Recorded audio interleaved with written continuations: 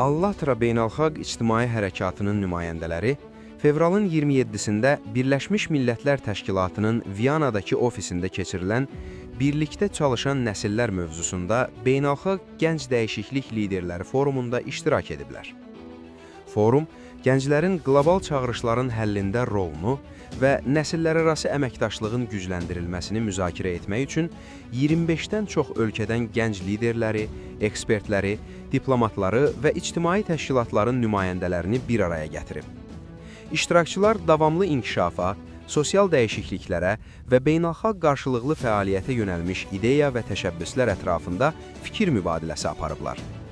Allatra hərəkatının nümayəndələri beynəlxalq əməkdaşlığın inkişafına, ekoloji məsuliyyətə və davamlı həmçinin təhlükəsiz gələcəyin formalaşdırılmasında gənclərin fəal roluna yönəlmiş təşəbbüsləri dəstəkləyərək müxtəlif ölkələrdən olan iştirakçılarla müzakirələrdə və beynəlxalq dialoqda iştirak ediblər.